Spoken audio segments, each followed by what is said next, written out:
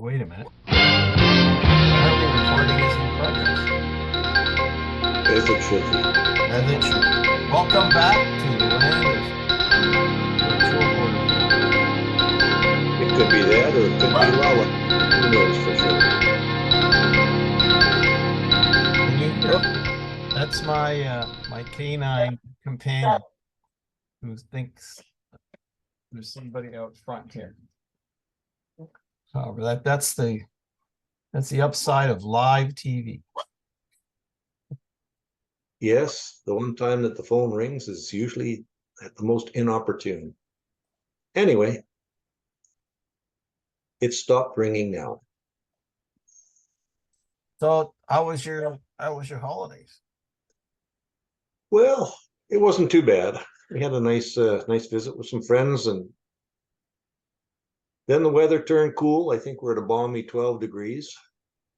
Not supposed to warm up until towards the end of the week, but that's okay too. It'll help the fires that are burning out west here. Yeah, it's apparently there was suggestion arson was played a part in those fires. Wow, I hadn't heard that. Yeah, well, a couple people were arrested by the Royal Canadian Mounted Police. But you know, it's always interesting that when there's an election on, suddenly there's fires that take up the time of the incumbent premier.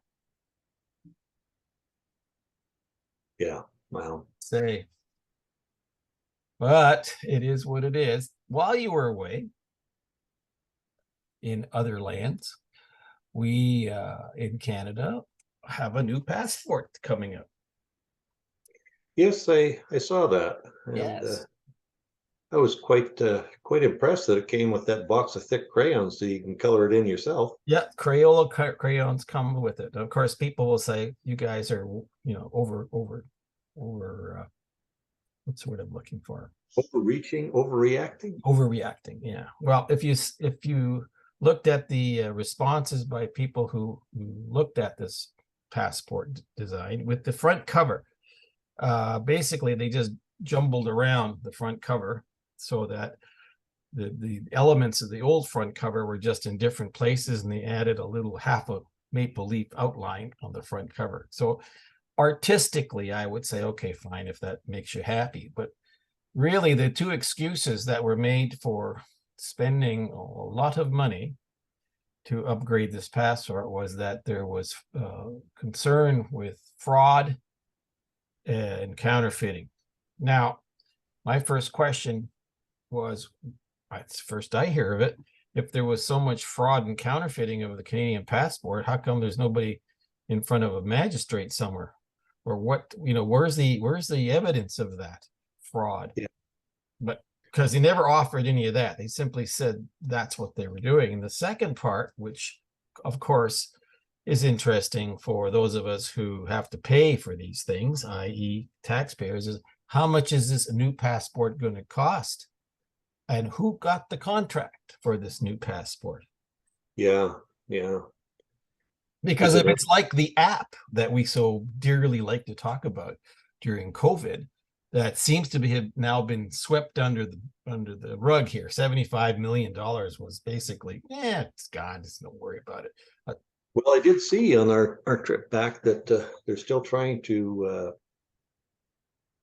flaunt the app, where they customize it now, so you can do your customs declaration inside the ArriveCan app now. So we didn't have a problem at all. We'd never used the ArriveCan app, and we were in and out through customs almost like that. Well, border services, yeah. Yeah. Well, the long and the short of it is, this to me is apart from the esoteric issues that were flaunted by the folks who were so proud to show that people can fish in Canada and they can ski and rake up leaves and do all kinds of stuff, and at the expense of removing sort of national historical treasures that were in the passport, Vimy Ridge, Terry Fox, and there's lots of other ones. The Great Parliament. Stanley Cup. I mean, So the long and the short of it is, I don't understand this. And of course, the argument that one person of political persuasion says, well, you know, it's like a promotion of Canada's lifestyles. Now, apart from border guards, customs people, or immigration people see this passport, who else would you show this passport to promote Canadian lifestyles and tourism and whatever? And when's the last time a passport was used as a travel brochure? Well, yeah. And I agree with you that there's some basic questions to be asked. And I'm guessing that maybe, just maybe, we'll have another special rapporteur appointed, because I understand that the Prime Minister's dog walker is looking for some additional cash. Oh, that wasn't nice.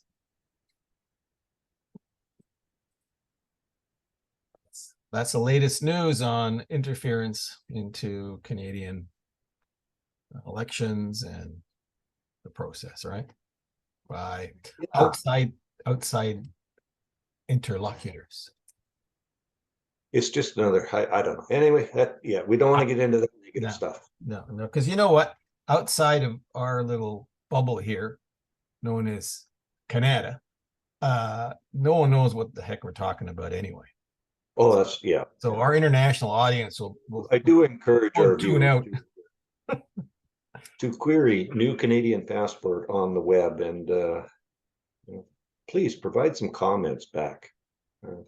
If you think it's a good idea, or you don't think it's a good idea, or you want to laugh out loud, you're not going to offend me. Well, it's I guess just really why, you know, what drove the great thinkers in the halls of government to come up with this gem? Well, great thinkers in government is kind of like an oxymoron, right? But I'm Careful, thinking we used to be those government people, you know. Somewhere along the line, somebody's making money off of this, and I guess it goes back to the current leaders' outlook that we shouldn't be having all this old history portrayed on any of our official documents or our official websites or anything else. I don't know. Anyway, well, almost you missed a new crown too, because you know, Charles III apparently approved the new crown that's on the various patches and documents and whatever that government people wear. Removed any symbols of religion or history from it and replaced it with stars and snowflakes. Well, I won't say anything there, because I'd probably get into big trouble. But yeah, we got to watch it. This is because we have a new rule coming out about who can watch our stuff, because the government is going to be introducing you know, oversight groups on the internet, which is a whole other discussion we can have. But yes, it sure is. It sure is. Putting way too much power into the hands of the government. But well, how would they? I don't understand how any government, not just here in Canada or the US, can manage the information flows on the internet. For people who've traveled abroad into countries that are authoritarian or dictatorial, the internet offers no use, because you can't even go to any website or information source that the government doesn't approve of. So, you know, if you travel in the Middle East, you'll find that if you want to go on sites that the particular government or the country you're in doesn't like, the social, economic, or cultural view of a particular website in another country, you just can't get to it, because the ISPs basically block it, and a VPN won't help you. You simply cannot go to these sites. And I'm thinking that is it possible that some of the geniuses that who are dreaming up this stuff over here have had experience in some of those other countries and said, hey, we can do the same thing. We can control the flow of information by basically blocking the flow of information. Moreover, we connect that with the digital currency, and we really got you behind the 8 ball, because not only will you not see anything, you won't have any money to buy anything. Yeah, yeah. Well, it goes back to our infamous leader's comment of who he admires the most, and we know what kind of government that is. So yeah, well, and if you don't speak up, then you're going to find that you didn't speak up in time, and now they're knocking on your door. I find that some of this stuff is very scary, because if you had any relatives that lived through the dark days of the communist regimes from 45 to 90 in Eastern Europe, when people in leather jackets would knock on your door at 3 o'clock in the morning, and your father, your mother, your sister, your brother, your aunt or uncle was taken away, never to be seen again, because the state was doing the right thing. We seem to have forgotten that when we have this authoritarian streak that's developing at the moment about. Well, it goes part and parcel with that famous line in history. If you don't study history, you don't understand history, you're bound to repeat it. And it seems to me that there's a lot of governments around the world that are whitewashing, downplaying, rewriting. Yeah, it's scary. Yeah, and the world is really changing very rapidly in front of our eyes, so to speak. The impact of the last couple of years is when I see basically a two punch sort of impact. First, there was the pandemic, which globally was quite influential, if you will, on people's thinking. And now, in the last year, more than a year, this crisis, war in Ukraine, has also changed a lot of things in terms of the approach to war and peace. And we have people running around who seem to think that the unthinkable is thinkable. And I'm going, what planet are you living on where you think nuclear war is a winnable thing? There's actually people talking like this, and you're like, crazy. And getting involved in areas which were, until now, you just didn't talk about that because it was so ridiculous. And Yeah. and now, and I guess a third punch is which is in our kind of wheelhouse historically and otherwise, is there's absolutely no sort of system anymore for the management of migration. It seems to be that to challenge anybody at a border today is simply not permitted, because there must be some law you're breaking, morally or otherwise. And I think when you look at what's happening throughout the G7, G7 countries are the targets of all kinds of malfeasance with that's associated with migration, broadly speaking, whether it's bogus refugees or millions of undocumented migrants. It's, and the whole approach is not traditional anymore. It's all about, I feel that it's a terrible thing, and I don't want to be thinking about this. I mean, it's all emotional as opposed to legal or practical. Yeah, we've talked about it before, and I'd have to say, if I was on the other end of the stick, I would probably be doing my damnedest to get someplace where I would feel safe. However,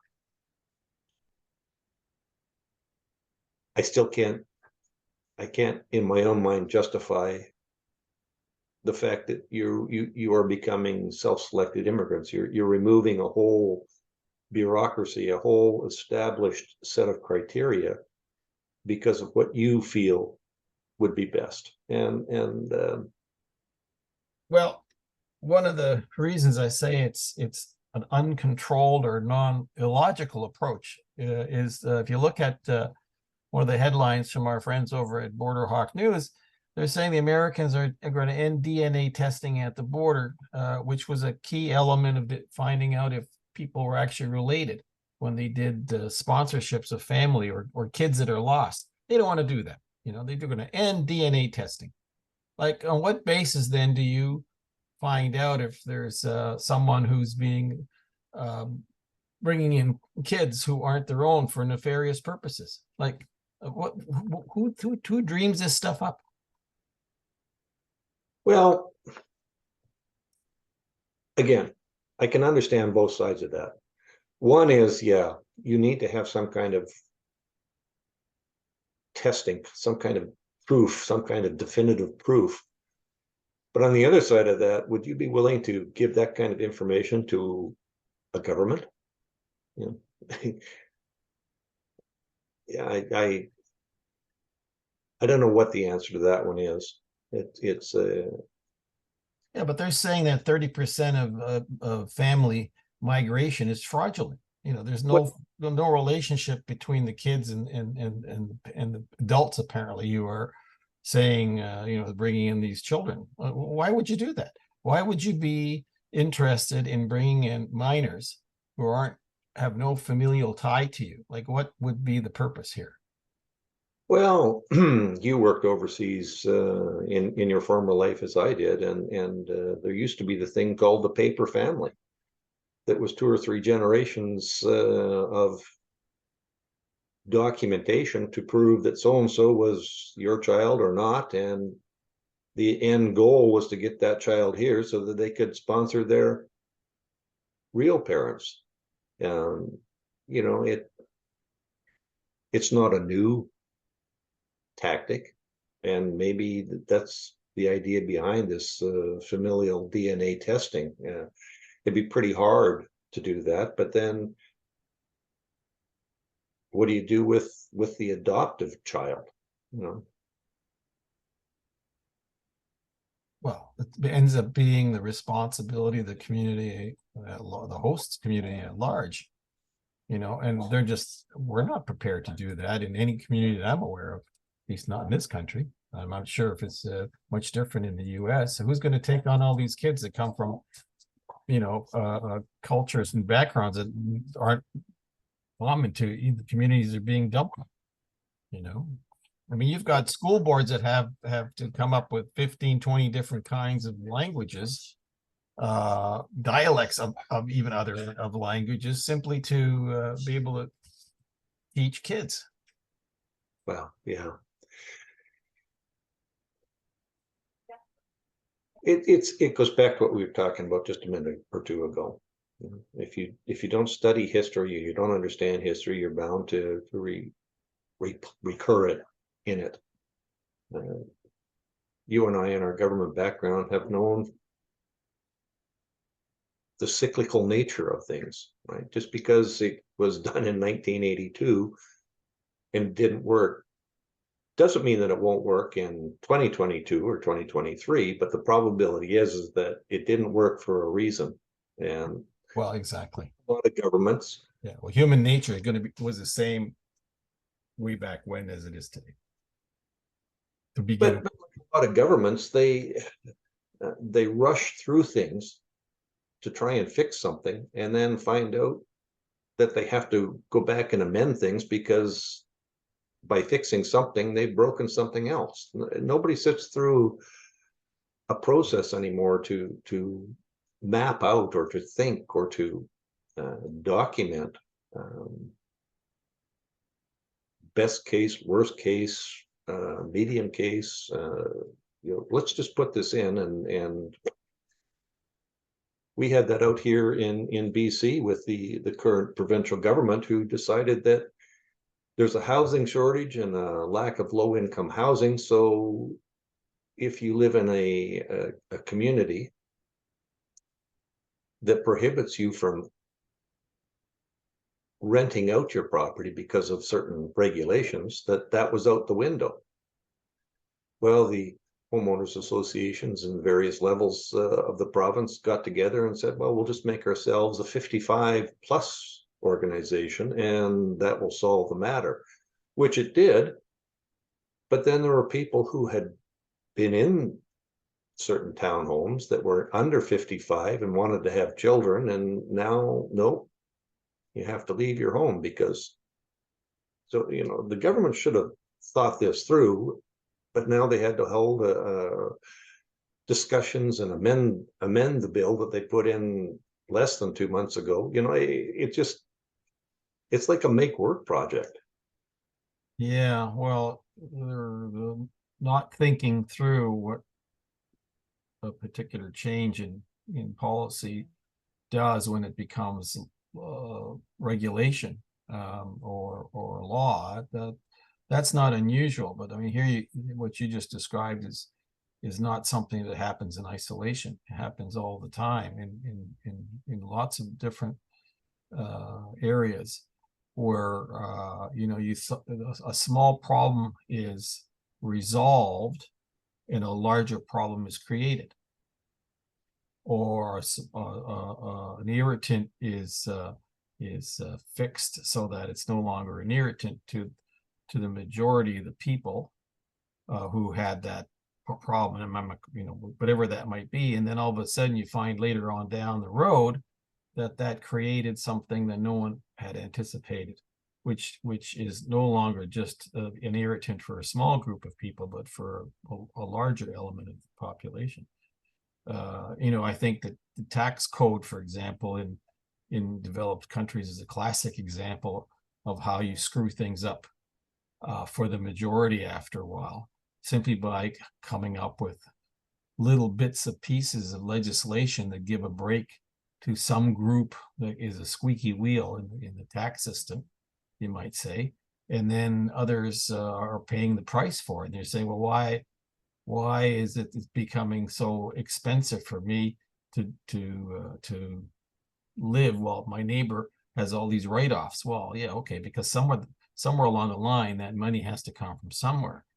And so then there's another set of regulations or whatever they're created, which solve the problem, the issue of the complainant from the first, you know, the first party becomes the party, the second party becomes the party, the third party.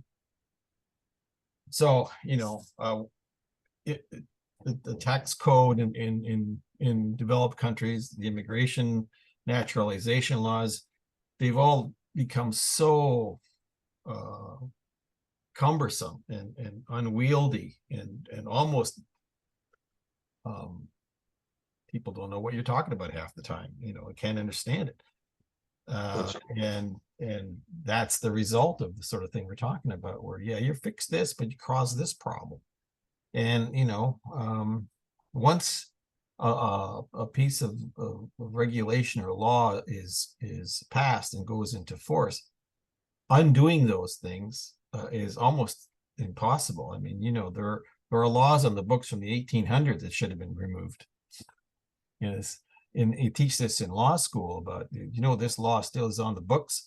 You know, you can't beat a horse on a Wednesday afternoon, sort of thing. Yeah. But it's okay to beat him on a Thursday morning. Yeah, it's it becomes its own cottage industry, and Sure. Try as you might in our current society and the way we are headed and thinking, I don't see it changing anytime soon. You know, even a change of government doesn't seem to have a drastic ability to change the course of anything. You know, Well, I think what has a drastic impact is stuff done in the background without people paying attention. You know, the Ukraine war is a classic example of all sorts of things happening in the background, which we might end up having a colossal world event here over something that's very regional.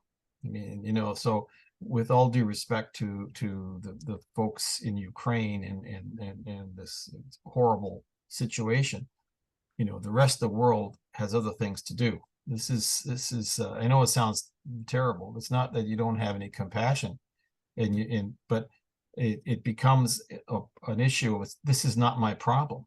Okay, you're dragging me into a problem I don't want to be part of.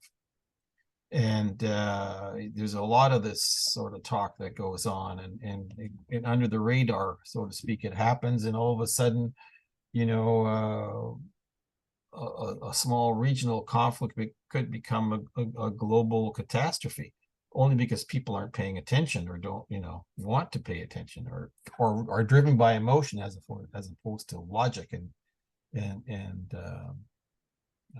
common sense. So it's we do have an awful lot of that sort of going around these days, I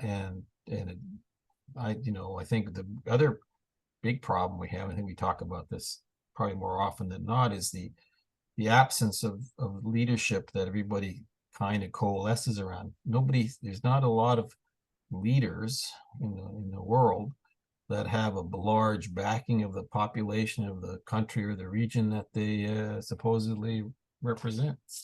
I mean, name some for me. Yeah. Well, if you and I ran things, things would be totally different, but I don't think so. if Free beer on Fridays. So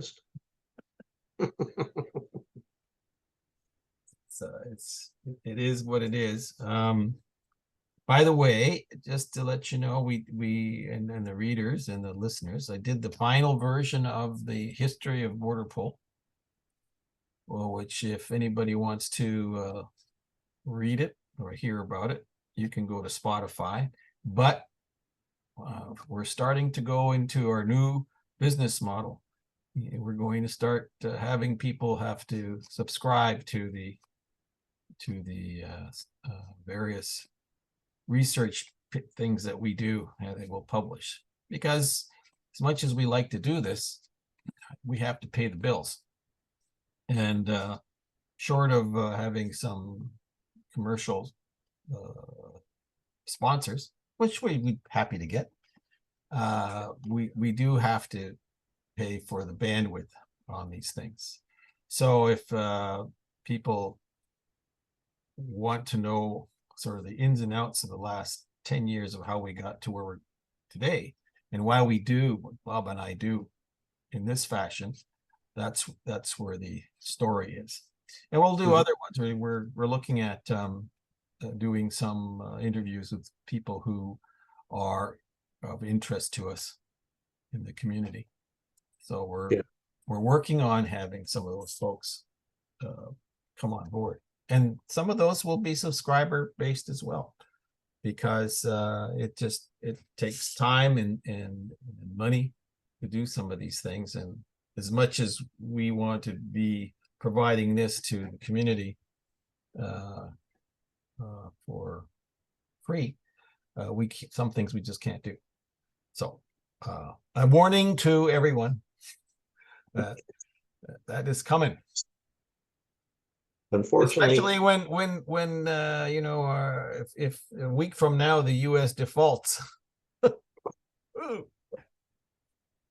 what's an old saying? Money isn't the only thing in life, but nobody can tell me what's in second place. Yeah. Don't have money. Little things, just like the ability to make our podcasts kind of disappears. The ability to put it onto into the net disappears. Yeah, and we have to be cognizant of the fact that these costs are rising. Number one. Number two, if we're going to remain on the air, so to speak, given some of the restrictions that are being dreamt up by various government agencies on what you can do and say on the internet, so all these, it's part of the research that we have to do, and to be cognizant of what we have to do in order to move forward. So, spoiler alert to those who are listening or watching, our business model has to change in order to stay in business, so to speak. And as much as, like I said, we want to do this as continuing as a nonprofit and observer of the scene, particularly the human mobility scene, migration issues, refugee issues, border security issues, etc. We're going to have to find some ways to maintain the financial viability of what we do. Because we're into our second year now, and we're not, we don't have a sponsor that's willing to cough up the cost of the bandwidth, so we'd be happy to hear from some organization, corporate body that would like to, just to manage the costs. Otherwise, it's subscriber based, and if you'd like to participate and be part of our community, you have to pay the minimum is 99 cents on Spotify if you want to hear those things monthly. That's really not a big fee, I don't think, but yes, well, it would be nice to have a very rich benefactor somewhere, but well, you as the secretary treasurer, should find one. But hey, yeah, well, I keep on investing that money into the lotto, but it just hasn't panned out. I know we gotta come up with a better business model. The casino doesn't pay off. Maybe one day I might be surprised and I might win, but yeah, and then I won't see you, right? I'll send you a telex from some non-extradition country.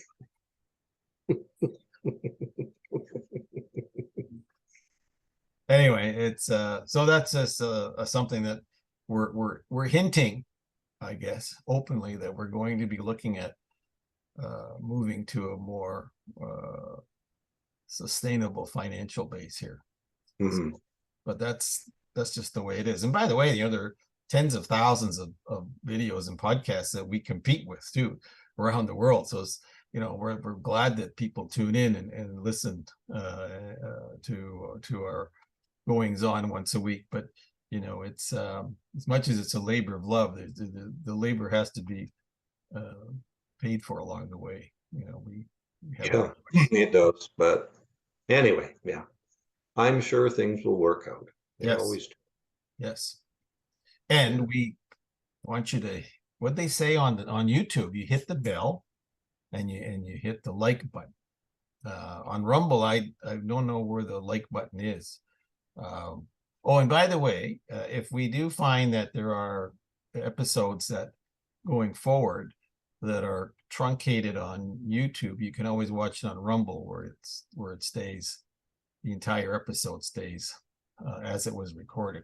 We have little control over YouTube's AI system, which seems to, I don't think we've had any problems yet, but others have noted that what happens is, if it's some area that their AI doesn't like as part of their policy for retransmission, it just cuts it off.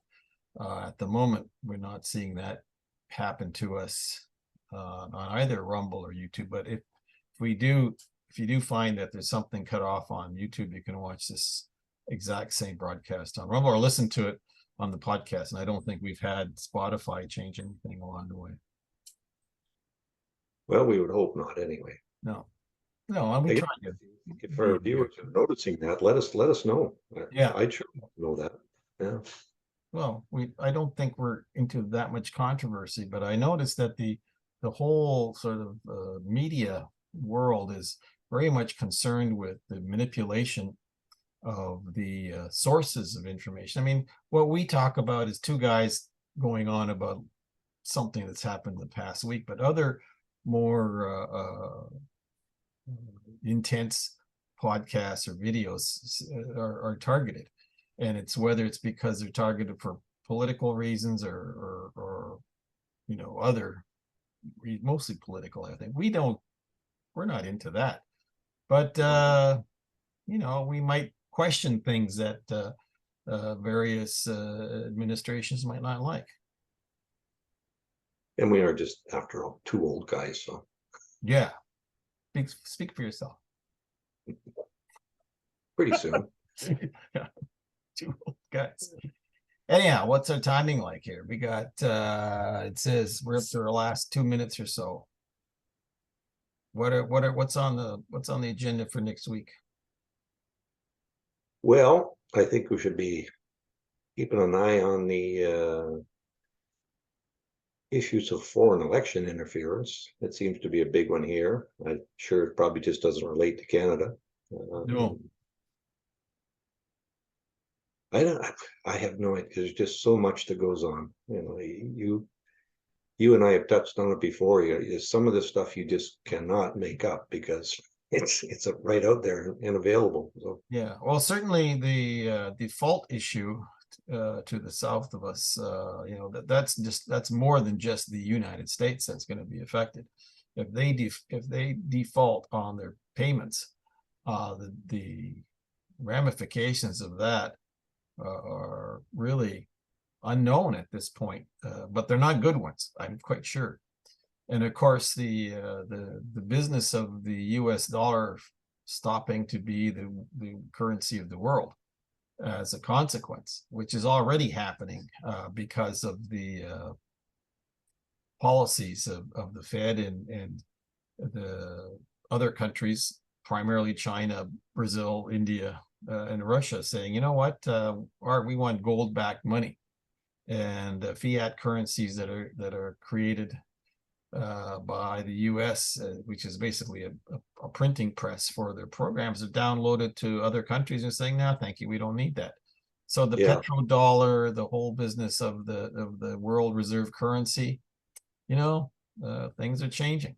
So anyway, that's for next week, I think. Yes, there's lots and lots and lots of stuff to think about. So all right, till then, everybody stay safe, stay well. See you have fun. Talk to you soon.